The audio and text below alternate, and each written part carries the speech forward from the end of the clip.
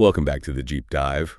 Today, we are walking into what I think is, for most people, the most terrifying room in the creative house. Oh, yeah. You know the one. You spent a year, maybe 2, maybe 10 years writing the book. You've edited it until your eyes bled. You've got the cover. It's finally done. And then you open the door to this room, and it's called marketing. And for most writers, that room is just, it's dark, it's cold, and it smells a little bit like desperate salespeople. It really is. It's this horrible shift from being the artist to, I don't know, a carnival barker. Yeah, a carnival barker. That's it. And it's a shift that most writers, they absolutely dread it. It's the worst. Yeah. It really is. It's that moment the dream just crashes headfirst into reality. And the prevailing narrative, the one we're all fed, is that marketing is this like black box of algorithms. Mm-hmm. We think it's about mastering Facebook ad manager or, I don't know, dancing on TikTok or frankly just annoying every single person you went to high school with until they buy a copy out of sheer pity. Right. It feels like you have to stop being a creative and you have to start being a nuisance. And the sources we're looking at today, specifically the work of Tim Grail, who is just a top-tier book launch consultant, and this a really fascinating breakdown on community-first book marketing. They basically argue that everything we think about book marketing is wrong. It's not just wrong, it's actually counterproductive. That's what completely hooked me on this research. We're not just talking about, here are 5 tips to sell more books. No. We were talking about dismantling the entire philosophy of how a book finds its reader. Exactly. The sources are incredibly clear on this. The tactics that people obsess over, the ads, the bestseller lists, all the viral hacks, they're mostly just noise. Expensive noise. Expensive distractions, yeah. And when you strip all of that away, there is really only one engine that has ever sold books consistently over the long term. And that engine, it isn't an algorithm. It isn't some secret hack. No, it's word of mouth, which sounds so cliche, I know. Right. Everyone says that. Everyone says, oh, just build word of mouth. But what we are going to do today is actually break down the mechanics of that, because it's not magic. It's a structural approach to finding readers, engaging with them, and then turning them into, evangelists for your work. So here is our roadmap for the hour. We're going to start by looking at the bestseller myth and why chasing the charts is actually, it's a trap that can kill your career before it even starts. A very expensive trap. A very expensive trap. Then we're going to pivot to the one strategy that actually works, which involves a concept called finding your Sam. That Sam concept is a game changer. It completely shifts the mental model of who you were talking to. It really does. Then we're going to get into the weeds, the tactical stuff. We're talking about hug boxes, tangential communities, and how to organize a marketing collective without it just turning into a chaotic bureaucracy. And finally, we have to talk about the mindset, because apparently, if you don't believe one specific thing about your book, none of this other stuff even matters. That mindset piece is the linchpin. It is the difference between being annoying and being helpful. It is the difference between a spammer and a guide. Okay, so to set the stakes here, I want to briefly mention the credibility of our sources.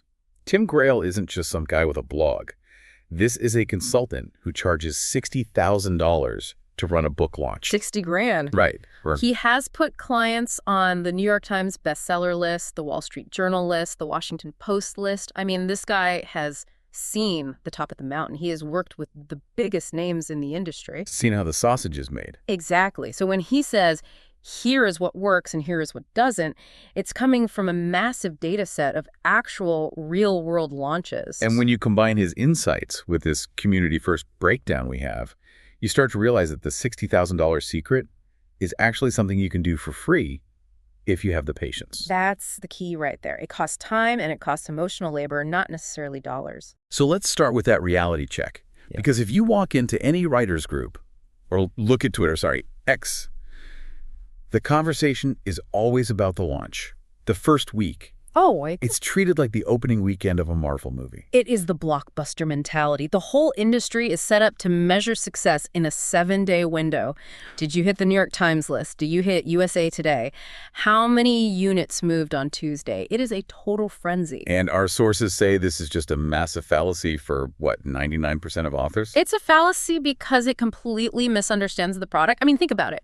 Books aren't movies. A movie is a 2-hour experience. You go on a Friday night, you eat your popcorn, you go home, it's over. The cultural conversation happens fast. Super fast. A book is a 10, 15, maybe a 20-hour commitment. The consumption cycle is completely different. But because the industry, specifically the big publishers, they need that cash flow for quarterly reports. Ah, okay. They push for that first week spike. It serves their business model, not necessarily the author's career. There's a story in the research from Tim Grail that illustrates just how absurd this obsession can get. He talks about being behind the scenes on this one launch where the author was, well, frankly, he was desperate. It happened. He needed that New York Times bestseller badge. It was an ego thing, a career validation thing. You know how it is. It's the ultimate status symbol. It's the holy grail. If you have that, you're made, or so they think. So this author, he didn't just run ads. He didn't just do a book tour. He realized that the organic way wasn't going to get him the numbers he needed in that specific 7-day window. So he decided to cheat. Pretty much. He went on Craigslist. This story is wild to me. It sounds like something out of a heist movie. It really does. Yeah. He posted ads on Craigslist in cities all over the country. He hired strangers, literal random people, wired them cash, and gave them these very specific instructions. Like a mission briefing. Exactly. Go to this Barnes & Noble at this time and buy every single copy of my book on the shelf. He was physically manufacturing demand. He was gaming the reporting system. Because the list isn't based on total sales in the country. It's based on sales velocity at specific reporting bookstores during a very specific time frame. He was hacking the supply chain. And the crazy thing is, it worked. Technically, yeah. The system saw a spike. The computers registered high velocity. The algorithm said, whoa, something's happening here. He hit the list. He got the badge. He could put New York Times bestseller in his bio for the rest of his life. He could put it on the cover of the paperback. He won. He won the battle. Right. But then Grail did the postmortem. He looked at the sales data for the following year, the 51 weeks after that glorious launch week. And this is the number that should send a chill down every author's spine. Fewer than 500 copies? For the entire year. The entire year. So he had the spike, he had the glory, he had the cocktail party conversation starter for life. But he didn't have readers. And that is the distinction that the sources are just screaming at us to understand. A sale is not a reader.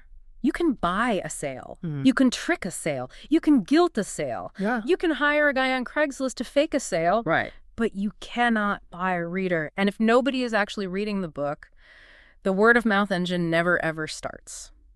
That book was dead on arrival, despite the bestseller badge. It's like building a movie set of a house. It looks great from the street, but if you try to live in it, you realize there's no plumbing, no heat, and the walls are just cardboard. Precisely. And this leads us to the long tail reality. The sources argue that we need to stop thinking about a launch week and start thinking about a launch window. And that window, it's roughly 2 years. 2 years. That feels incredibly long. Most people I know give up after 2 months if the book isn't moving. They just think, well, that one failed, on to the next one. And that's why they fail. I mean, think about the math of consumption. If I tell you about a great new song, you can listen to it on your commute. It takes 3 minutes. If you like it, you might tell a friend that afternoon. The viral loop is fast. Right.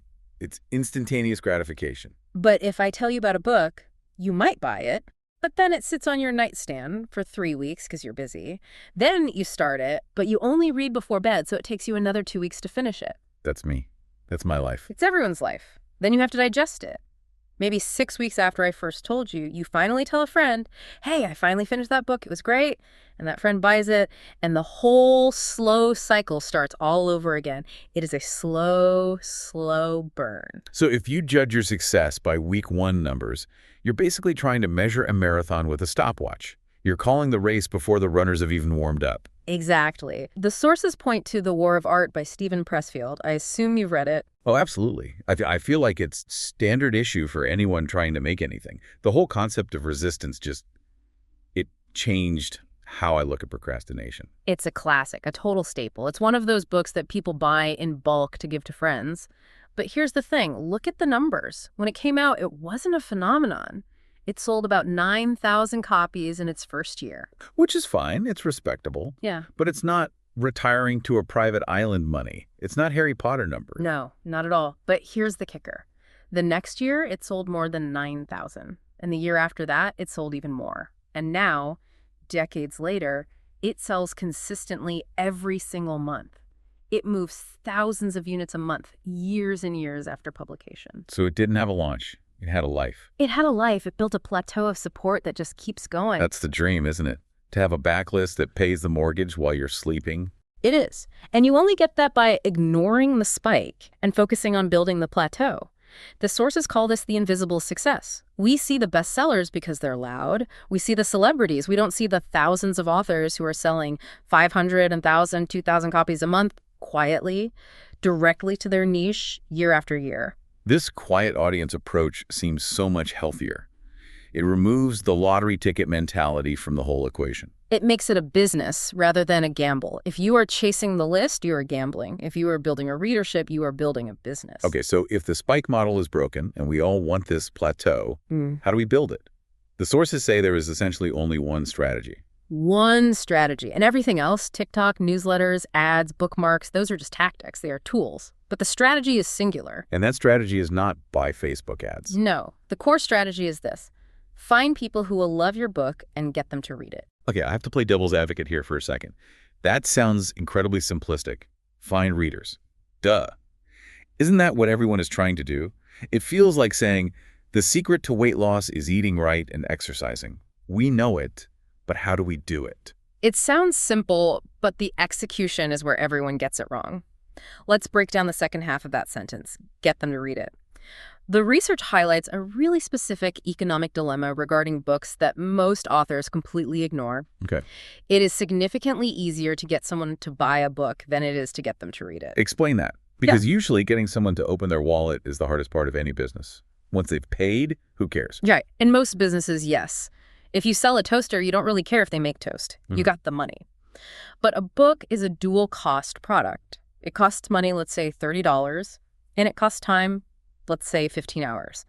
For most modern people, the time is much, much more valuable than the $30. That's so true. I have a stack of books on my shelf that I bought and haven't touched. I call it the Tower of Guilt.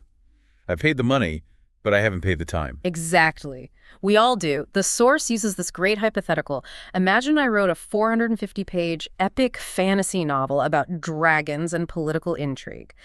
And let's say you hate fantasy. You're a nonfiction guy. You like biographies and business books. Okay, I'm allergic to dragons. Got it. Right. So I come to you and I say, I have a deal.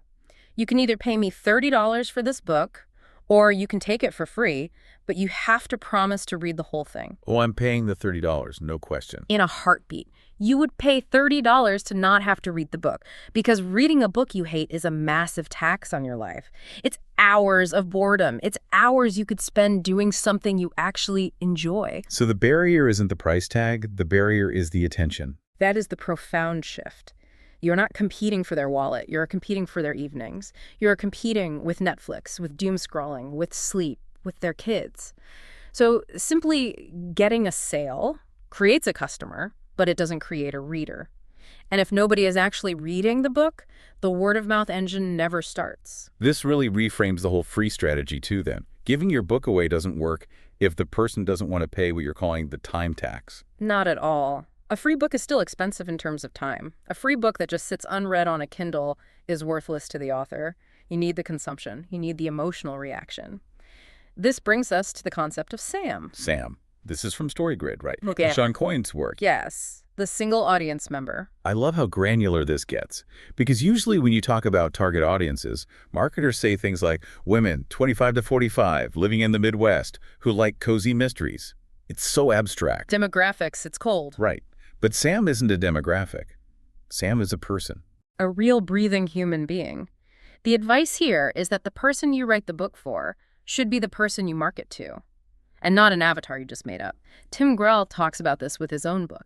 He didn't just imagine a reader. He literally opened his phone. Like his contact list. His contacts, his email address book. He just scrolled through the names. He'd see Aunt Mary. Does Aunt Mary read business books? Nope. Skip. He'd see Steve from college. Does Steve read this kind of stuff? Maybe. So he's vetting his own personal network. He's curating. He is looking for the Sam. And when he finds a Bob who fits the profile, someone he knows actually reads this genre, he reaches out personally. Hey, Bob, I wrote this thing. I know you're into X, Y, and Z. I think you'd really like it. Can I send you a copy? That feels painfully small. I mean, if my goal is to sell 10,000 copies, emailing Bob feels like trying to empty the ocean with a teaspoon. It feels like it would take 100 years. It feels small. It feels unscalable. But you have to trust the math of geometric growth. This is the only way books have ever spread. Walk me through that math. How does Bob become 10,000 people? Okay. So let's say you run a Facebook ad. You spend $100. You get 10 clicks. Maybe one person buys. That is linear.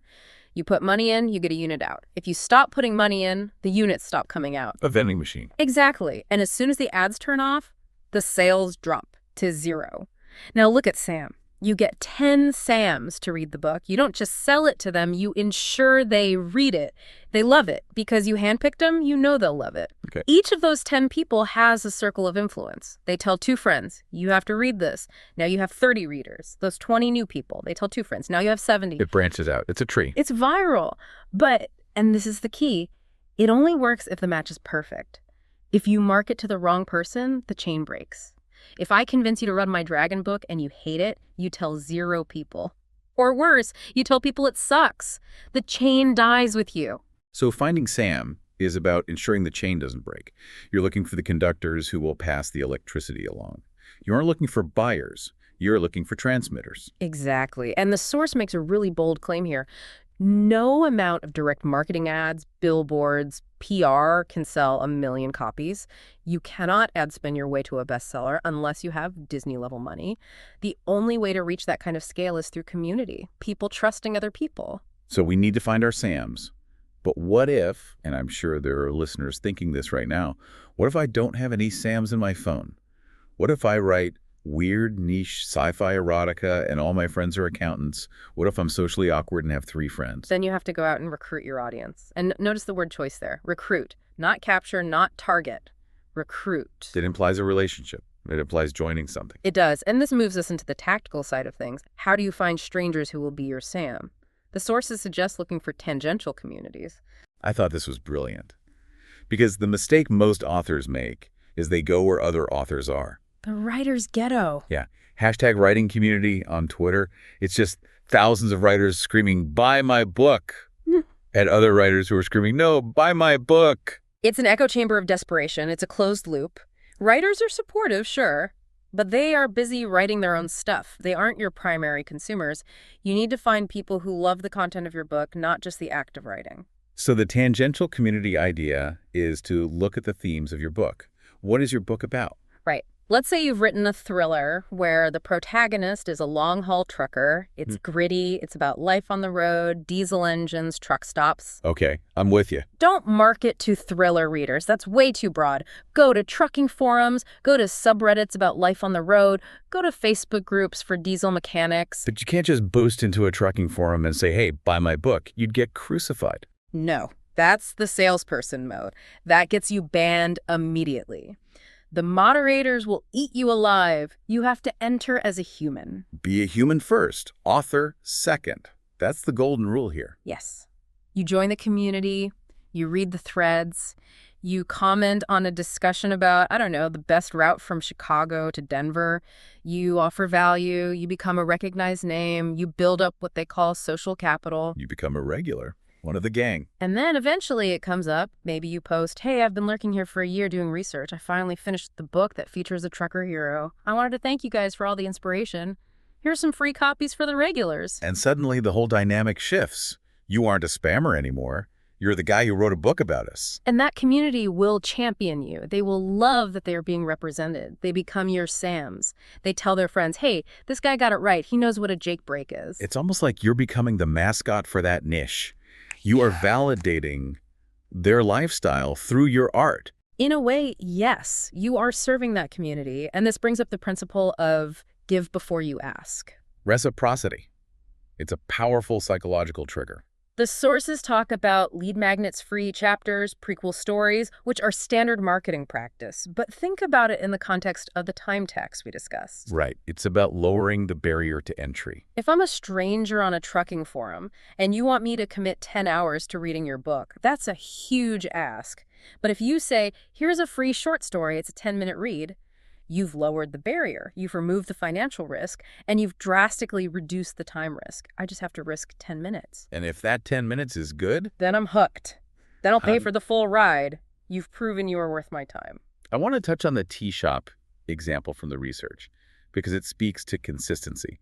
Branding is such a vague corporate term for authors, but this makes it so concrete. Oh, the cozy fantasy hook. This is a great case study in simplicity. Yeah. Explain how that works as a tactic. So imagine you have a very specific, memorable hook. A retired orc opens a coffee shop. That's a clear visual. You know exactly what that is. It's cozy, it's fantasy, it's low stakes. I'd read that. Right. The advice is, do not try to be everything to everyone. Don't say, it's a romance, but also a thriller, and it has some political commentary, and it's a bit like Game of Thrones. That's just confusing. My brain can't file that away anywhere. Confused people don't buy. You pick that one tea shop hook and you hammer it. Every TikTok, every newsletter, every Reddit post aligns with that vibe. You want people to categorize you instantly. Oh, that's the Orc coffee shop book. It gives the potential reader a handle to grab onto. It makes it memorable. It is branding. And it helps people talk about you. It gives them the language to share your book. Hey, have you read the Orc Coffee Shop book? It's so easy to say. Have you read that book that's kind of complex and has layers? It's impossible to say. You want to make your book easy to recommend. Okay, so we're finding Sams in tangential communities. We're being consistent with our hook. Now let's talk about my favorite term in this whole document, the hug box. The hug box. It sounds so soft. It sounds like a safe space for toddlers. But it's actually a pretty hardcore marketing strategy. It is. The term comes from internet culture, and it's sometimes used derisively to describe an echo chamber. But here, it's reclaimed as a powerful, positive thing. A hug box is a small, tight-knit group of creators in the same genre who support each other unconditionally. And this is based on the idea that authors aren't competitors, which feels really counterintuitive. If we are both selling mystery novels, aren't we fighting for the same readers? This is the hardest mindset shift for some people to make. They think, if a reader buys your book, that's $20 they can't spend on my book. The zero-sum game? But in publishing, that is demonstrably false, and it goes right back to consumption rates. The speed of reading. A prolific author like a machine writes maybe 3 or 4 books a year. If they are Brandon Sanderson, maybe 5. If they're typing until their fingers fall off and they never sleep. Right. But a voracious reader in that genre, the whale reader, reads 2 or 3 books a week. Wow. So the demand completely outstrips the supply. The reader is an insatiable beast. Completely. My readers are starving. They finish my book in 3 days, and then they have to wait 6 months for the next one. If I don't give them something else to read, they might drift away to another genre, and they might get bored. So recommending another author is actually a service to your reader. You are feeding them. You're keeping them happy. You are helping them fill the gap. And this is where the hug box comes in. If I get together with 5 other authors in my niche and we agree to cross-promote, we are not splitting the pie. We are growing the pie. We are keeping the readers engaged in our genre. You're borrowing trust. I like that phrase. That's the phrase from the source. If I tell you to read a stranger's book, you're skeptical. If your favorite author tells you to read it, you buy it. That endorsement transfers credibility instantly. It bypasses the skepticism filter. And then there's the algorithm hacking aspect of this group. Which sounds super technical, but it's just organized friendship. Organized friendship. I like that. It's just using the way social media platforms actually work to your advantage. Look at how Instagram or TikTok works. You post a video about your book. If nobody interacts with it in the first hour, no likes, no comments, no shares, the algorithm says, this is boring, and hides it from everyone. It dies in the dark. It gets buried under cat videos. But if you have a hug box, you post, and immediately 10 other authors comment, real comments, can't wait for this, love that cover. They show it to their stories. Suddenly the algorithm sees this spike in engagement. It thinks, oh, this is hot content, people are reacting. And it pushes it out to a wider audience. It shows it to strangers. 10 authors amplifying each other can break through the algorithmic noise in a way that one author shouting alone never, ever can. It is a force multiplier. So, practically speaking, how do you set this up? Do you need a legal contract? A blood oath? Do we need to incorporate? The sources are very, very specific here. Keep it minimal. Do not build a hero organization. What is a hero organization? It's when authors try to play CEO, they start a formal company, they build a complex website, they have a board of directors, they launch an app, they try to build a brand that is bigger than the individual books. That sounds expensive. And unbelievably exhausting. It's expensive, it's political, and it's a total distraction. You are a writer, not a tech entrepreneur, and frankly, readers don't care. They don't want to download the Sci-Fi Association app. They just want good books. They're already on Goodreads. They're already on TikTok. Don't try to move them. So what's the alternative? How do we organize without over-organizing? The shared hub method. Use tools that already exist and are free. A shared link tree, a simple Google site, a specific hashtag. Like hashtag Indie Fantasy Friday or something like that. Exactly. The hashtag is the organization. You don't need meetings. You just need a recurring time slot. Every Friday, we all post using this tag and boost each other. Simple. Low friction. Or you do a shared event, the Summer Reading Showcase. One person creates a simple landing page with 10 books on it. Everyone drives their traffic to that one single page. And this is great for ads too, right? Because ads are so expensive for one person. Oh, the economics of shared ads are brilliant. If I run a Facebook ad for my book, I'm paying, let's say, $1 a click. And maybe that person who clicks like my cover, maybe they don't. It's a gamble. Okay. If 10 of us chip in, we can spend 10 times as much, or we can spend the same amount and split the cost. So my personal cost per click drops to 10 cents. And the value for the reader who clicks is way higher. Yes. Because instead of clicking on one book they might not like, they're clicking on a menu of 10 books in their favorite genre. They're like kids in a candy store. The conversion rates are often higher because the offer is just better. It's a bundle without the logistical nightmare of actually bundling the files. It's just a buffet of books. Exactly. You aren't fighting for the reader's dollar. You are collectively saying, here is a feast for you. Yeah. It creates a sense of abundance, and readers love abundance. Yeah, I love that. It takes the pressure off the individual. You aren't alone in that dark marketing room anymore. You have a squad. You have a tribe. And psychologically, for the author, that is huge. Marketing is so lonely. Doing it with friends makes it bearable, even fun. Okay, so we have the long tail strategy. We have Sam. We have the hug box. But we need to close the loop on the most abstract, but arguably the most important part of this entire deep dive. The mindset. This is the one through line. Sources mention a moment where Tim Grail was just stumped by a question at a conference. He was doing a Q&A, feeling like the expert, answering all the technical questions. And someone in the audience asked, what is the one common thread among all the successful authors you've worked with? Not the tactics, but the trait. What makes them different? And he didn't have an answer. He had to pause because he realized there was no pattern in the demographics. He worked with men, women, fiction, nonfiction, big email lists, small email lists. There was no success variable you could put on paper. But later it clicked. It did. He realized it wasn't about what they did. It was about what they believed. The successful authors truly, deeply believed that the reader's life would be better for having read their book. That is a high bar. I mean, if I've written a fun zombie apocalypse novel, am I really making the reader's life better?